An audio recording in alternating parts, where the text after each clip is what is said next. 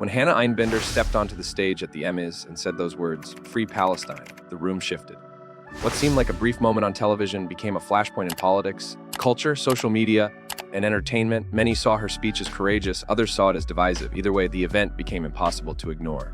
Today, we will explore exactly what she said, why she said it, how people reacted, and what the consequences might be for her, for television, and for public discourse. Hannah Einbinder is a comedian and actress known for her sharp wit and her role on a popular streaming sitcom. She has always carried her comedy with a certain edge. She does not shy from expressing her opinion. Her voice is part of her art. So when she accepted her Emmy, she took a moment beyond the usual thank yous. She used her platform, she spoke up. She said, "Free Palestine." What exactly did she say leading up to that phrase, "Free Palestine"? She thanked her cast, her crew, the people she loves, her family. She noted that comedy can be hard, that the work is collaborative. She then paused and said the words, "Free Palestine." Simple words, but with a flood of meaning for many. She did not elaborate. She made no long speech on geopolitics. She did not delineate every position. She allowed the phrase, the slogan, to stand alone. It was a choice, a powerful choice. Why those words? Why Free Palestine? Because for decades, people around the world have used that phrase to call attention to Palestinian lives, human rights, occupation, displacement. Because artists have often felt compelled to comment, even when it seems risky. Because public figures have power, and when they use that power, many listen. Hannah Einbinder is not first to say "Free Palestine" in public. Many have done so before. But at a moment when millions are watching, her words carried new weight. After she said "Free Palestine," the backlash began almost immediately. Social media lit up. Some praised her courage. Others condemned her for speaking on a complex issue. Some accused her of being ignorant. Others accused her of engaging in hateful rhetoric. Many debated whether entertainment awards shows are the right platform for political statements. Some said politics should stay out of television. Others said art has always been political. One major line of criticism was that her statement was too simplistic. Critics said that saying "Free Palestine" is easy. They argued that it ignores the complicated history of Israel and Palestine, the suffering on both sides, the political nuances, the wars, the human tragedies. They said that making such a statement without context or elaboration is irresponsible. Some demanded that she clarify what exactly she meant by "Free Palestine." Did she mean a one-state solution? Did she mean something else? Supporters responded differently. They said that everyone already knows what "Free Palestine" means for many people. They said that her words were a prompt, not a lecture. They said that she is not required to explain every detail. Some said that to demand more context is to silence dissent. They argued that raising awareness is itself crucial. They also pointed to other public figures who have spoken out on human rights issues without elaboration and have not faced the same level of scrutiny.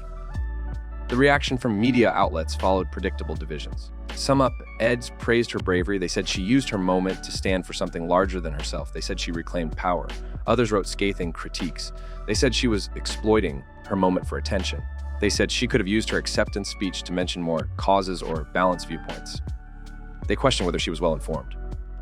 After some time, many people began to wonder about the consequences. For Hannah Einbinder, for networks, for how audiences see the role of performers. Will she face lost opportunities? Will studios hesitate to cast someone who does not always avoid controversy? Will she be celebrated in certain circles, criticized in others? Will she inspire other performers to speak out, or will she make many fearful to do so? One interesting dimension is that many critics did not challenge her comedy or her performance. Their criticism was about her politics or about her speaking out. Some said she should have stuck to her role as actress or comedian. Others said that actors have no training in foreign policy. Supporters countered that actors have voices, and being human consumers of the same world, they have a right to care, to express, to question. Art always flows in context. Media coverage also opened questions about disparity. Would a male comedian saying the same words get the same level of backlash? Would a more established celebrity? Would someone less well-known? Some pointed out that there is uneven treatment. Some public figures have expressed similar opinions before, quietly or publicly, and have not been attacked as heavily. Others have been lauded. Gender, fame, race, and platform all seem to affect how people are judged. Legal implications came up in some commentary. Some wondered whether her statement could be defamation if it were misinterpreted. Other commentators said there is no legal issue. She exercised free speech protected by law in the United States. Others said that freedom of speech does not mean freedom from consequences. Her speech is legal, but backlash is a social consequence. Hannah Einbinder herself likely anticipated some backlash. She likely weighed her words. She likely knew that "Free Palestine" is a phrase that carries enormous history, weight, controversy. She chose to speak it. That choice requires courage. It demands responsibility. It opens her up to both admiration and criticism. It places her in a tradition of artists who refuse to stay silent in times of injustice. After her speech, many fans expressed solidarity by repeating the phrase, sharing clips, discussing what "Free Palestine" means. Some organized fundraisers, protest petitions. The speech became a rallying moment. For some viewers, it was transformative. For others, it was disappointing. For many, it was a reminder that entertainment is never fully separate from politics. Critics also warned of backlash beyond criticism. Some advertisers said they would reconsider endorsements. Some brands expressed concern. Some suggested that studios might view her as a risk. Others said that controversy can also attract attention. In a world where visibility matters, a bold statement can amplify one's voice for better or easier for worse. One must also note that some people criticized the speech as performative. They said that saying "Free Palestine" without concrete action is symbolic at best. They demanded that speech be followed by activism, by giving resources, by supporting NGOs, by pushing for tangible change. They asked, what will she do beyond saying those words? Will she donate? Will she raise awareness? Will she use her influence in other ways? Supporters argue that speaking publicly is a form of action, that refusing to speak is complicity. It is important to explore moral responsibility. Public figures who make statements on controversial issues do have power. They can influence many people. With influence comes responsibility. Some said that she should have prepared for backlash, should have shaped her message more carefully. Others said that to silence oneself for fear of backlash is to surrender moral duty. How did the Emmys respond? Some insiders said that showrunners were blindsided. Others said that they had expected some political statements. Some producers defended her right to speak. Others expressed regret over the polarization. The Emmys will always be a stage for excellence in television, but now speech has become part of the show. It is no longer just about performances, writing, directing. It is about presence, courage, identity. After some time, people ask, did speech change anything tangible on the ground? Did it lead to policy debates? Did elected officials comment? Did any tangible support increase? Did the phrase "Free Palestine" move from being a slogan to something with political momentum? These are difficult to measure, but important to ask. If speech does not lead to action, some will say speech is hollow. Others will say speech is seed for change. What lessons might others draw from this moment?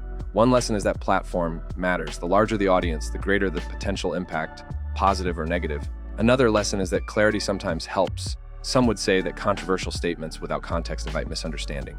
Others would argue that ambiguity has its own power.